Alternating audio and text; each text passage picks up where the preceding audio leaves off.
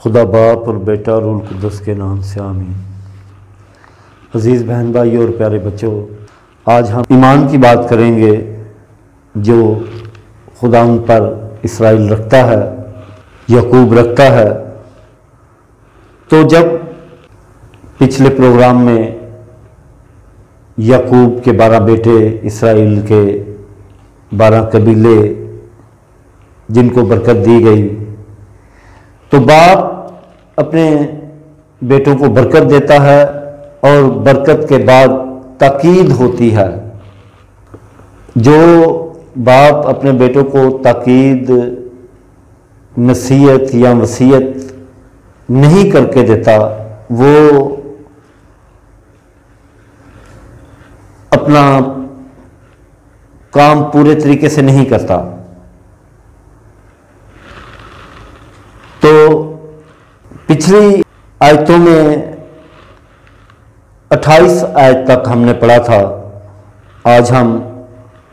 29 آیت سے شروع کریں گے، جہاں یعقوب اپنے بیٹوں کو تاکید کرتا ہے۔ تب یعقوب نے انہیں تاکید سے کہا کہ جب میں اپنے لوگوں میں شامل ہوں گا تو مجھے اپنے باپ دادا کے پاس اس مہارے میں جو افرون ہتی کے کھیت میں ہے دفن کرنا، یعنی وہ مہارا جو مقفیلا کے کھیت میں ممرے کے مقابل کنعان کی سرزمین میں ہے،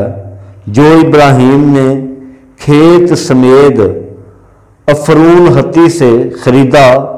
تاکہ اس کی ملکیت کا قبرستان ہو۔ وہاں ابراہیم اور اس کی بیوی سارہ دفن کیے گئے، اور وہیں اسحاق اور یعقوب کی بیوی رفقہ دفن کیے گئے، اور وہیں میں نے لیا کو بھی دفنایا۔ اس کھیت اور اس مخارے میں جو بنی ہت سے خریدا گیا، جب یعقوب اپنے بیٹوں کو وصیت کر چکا تو اس نے اپنے پاؤں بچھونے پر سمیٹے اور جان دے دی اور اپنے لوگوں میں جا ملا۔ تو کلام مقدس بڑی خوبصورت بات کرتا ہے کہ وہ اپنے لوگوں میں جا ملا۔ اس کے اجداد وہاں تھے تو وہ بھی وہاں گیا، تاکید کی گئی کہ مجھے وہیں آباء و اجداد کے قبرستان میں دفن کرنا۔ یہ اولاد کے لیے وراثت، حکم اور وہ عہد ہیں جو ایک والدین اپنی اولاد سے باندھتا ہے۔ تو آج ہم اور ہماری اولادیں، کیا ہمارے دل ایک ہیں؟ ہم نے اپنے اجداد سے برکت پائی ہے، اور کیا ہمارے پاس برکت، فضل اور نجات کا زندہ نشان موجود ہے، جس پر ہمارا ایمان اور ہماری امید اور خاص کر ایسی خالص اور پاک محبت جو خدا کی ابدی وفاداری سے پر ہو؟ کیا ہم نسل در نسل اپنے بچوں کو تاکید کرتے ہیں یا ان کے لیے میراث کے لیے کچھ چھوڑتے ہیں، جن سے ہم اور ہماری اولاد خدا باپ کے ساتھ وفادار رہیں؟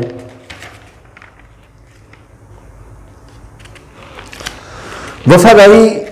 خدا کے ساتھ ہے تو بڑا مشکل، کیونکہ جانوں کی قربانی دینی پڑتی ہے، دنیا کو چھوڑنا پڑتا ہے، مال دولت، عیش عشرت، مطلب دنیا کی ساری چیزیں آپ چھوڑو گے تو آپ خدا سے وابستہ ہوگے اور خدا سے آپ کا میل جول ہوگا۔ اگر دنیا کی چیزوں میں آپ پھنسے رہیں گے تو خدا سے آپ کی وابستگی ہو نہیں سکتی۔ اس لیے والدین اور اولادوں کا تعلق جو خدا کے ساتھ ہے وہ ایمان پر ہی قائم رہتا ہے۔ یوئیل نبی اس کا 2 باب اس کی 19 آیت یوں لکھا ہے کہ خداوند جواب میں اپنی امت سے کہتا ہے کہ دیکھ میں تمہیں گھیو اور نئی مے اور تیل عطا کروں گا اور تم ان سے سیر ہوگے، اور میں پھر قوموں کے درمیان تمہاری توہین نہ ہونے دوں گا، بلکہ شمالی دشمن تم سے دور ہٹا دوں گا اور اسے خشک اور ویران سرزمین میں ہانک دوں گا۔ اس کی اگاڑی مشرقی سمندر کی طرف اور اس کی پچھاڑی مغربی سمندر کی طرف ہوگی۔ اس سے عفونت اٹھے گی اور بدبو پھیلے گی، کیونکہ اس نے بڑی گستاخی کی ہے۔ اے زمین ہراساں نہ ہو، خوش ہو، شادمانی کر، کیونکہ خداوند بڑے بڑے کام کرنے کو ہے۔ اے میدان کے حیوانوں ہراساں نہ ہو، کیونکہ بیابان چراگاہیں سبز ہوتی ہیں اور درخت اپنا پھل لاتے ہیں اور انجیر اور انگور اپنا پورا ثمر دیتے ہیں۔ اور تم اے سیون کے فرزندو خوش ہو اور خداوند اپنے خدا میں شادمانی کرو، کیونکہ وہ تمہیں معلم صداقت عطا کرے گا اور پہلے کی طرح پہلی اور پچھلی بارش تمہارے لیے بر وقت بھیجا کرے گا۔ پس کھلیان گھیہوں سے بھر جائیں گے اور کولو نئی مے اور تازہ تیل سے لبریز ہوں گے، اور میں ان برسوں کا وہ حاصل تمہیں واپس دے دوں گا جو میرا تمہارے خلاف بھیجا ہوا لشکر عظیم یعنی ٹڈی اور ملخ اور جھانجا اور جراد نگل کر چٹ کر گیا ہے،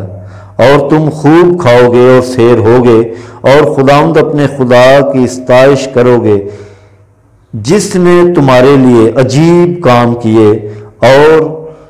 میری امت پھر کبھی شرمندہ نہ ہوگی۔ تب تم جانو گے کہ میں اسرائیل کے درمیان ہوں اور کہ میں ہی خداوند تمہارا خدا ہوں اور کوئی دوسرا نہیں، اور میری امت پھر کبھی شرمندہ نہ ہوگی۔ یہ خدا باپ کا ایک عہد اور ایسا وعدہ ہے جو خدا اپنی امت اسرائیل سے باندھتا ہے، جس پر ایک بڑی عمارت تعمیر کی گئی ہے۔ یوئیل نبی اس سارے کلام کو خدا کی محبت ظاہر کرتا ہے کہ خدا اسرائیل سے کیسی محبت رکھتا ہے، اور یوئیل کے 2 باب اس کی 28 آیت تھے، اور برازہ ایسا ہوگا کہ میں اپنی روح ہر بشر پر انڈیلوں گا، اور تمہارے بیٹے اور تمہاری بیٹیاں نبوت کریں گی، تمہارے بوڑھوں کو خواب آئیں گے اور تمہارے نوجوان روایتیں دیکھیں گے، بلکہ میں ان دنوں میں غلاموں اور لونڈیوں پر بھی اپنا روح انڈیلوں گا، میں آسمان اور زمین پر عجائبات دکھاؤں گا، یعنی خون اور آگ اور دھوئیں کا غبار، سورج تاریکی اور چاند خون بن جائے گا، پیشتر اس سے کہ خداوند کا روز عظیم و مہیب آئے۔ اور ایسا ہوگا کہ جو کوئی خداوند کا نام لے گا نجات حاصل کرے گا، کیونکہ جیسا خداوند نے فرمایا ہے کوہ سیون پر اور یروشلم میں اور خداوند کے باقی بلائے ہوں کے درمیان بھی رہائی ہوگی۔ اس بادشاہت کے لیے بہت سارے لوگ بلائے گئے، قوموں، قبیلوں، امتوں اور زبانوں سے، بلکہ ہر ایک بشر کو خداوند کی طرف سے خوشخبری کا وہ پیغام دیا گیا جس کے وسیلہ سے انسان خدا کی بادشاہت میں شامل ہوتا ہے، اس میں شریک کیا جاتا ہے۔ تو ہم سب اپنی نسلوں میں، اپنے خاندانوں میں، اپنی قوموں میں، اپنے ملکوں میں، اپنے شہروں میں، محلوں میں، گلیوں میں، گھروں میں ایمان کی بنیاد رکھتے ہی رہتے ہیں، کبھی ایسا نہیں ہوا کہ کسی نے اپنی اولاد کو امان کے بارے میں نہ بتائے۔ ہاں کچھ چند لوگ ہوں گے ایسے جو غافل ہیں، جو اپنی اولادوں کو تعلیم نہیں دیتے، مگر زیادہ تر لوگ جو خدا کی شریعت، خدا کے قوانین، خدا کے احکامات سے واقف ہیں، وہ اپنی اولادوں کو خدا کے ساتھ وفادار رہنا ہی سکھاتے ہیں اور انہیں یہی تعلیم دیتے ہیں کہ شریعت کے لیے غیرت مند رہو۔ اور آج میں آپ کو ایک میسیج دینا چاہتا ہوں کہ شریعت ہمارے خدا باپ کا وہ عہد ہے جو ہماری جانوں سے بندھا ہوا ہے۔ اگر ہم نے خدا کی شریعت، اس کے احکامات، اس کے کلام، اس کی خوشخبری، اس کے ان بھیدوں کو جو اس نے اپنے بیٹے ہمارے خداوند کے وسیلہ سے اور روح القدس کے وسیلہ سے ہم پر آشکار کیے ہیں، وہ اگر ہم ان کو نہیں جانتے تو ہم اس مخلصی تک پہنچ نہیں سکتے جس مخلصی یا بادشاہت کے لیے ہمیں بلایا گیا ہے۔ تو میری دعا ہے کہ خداوند آپ سب کو برکت دے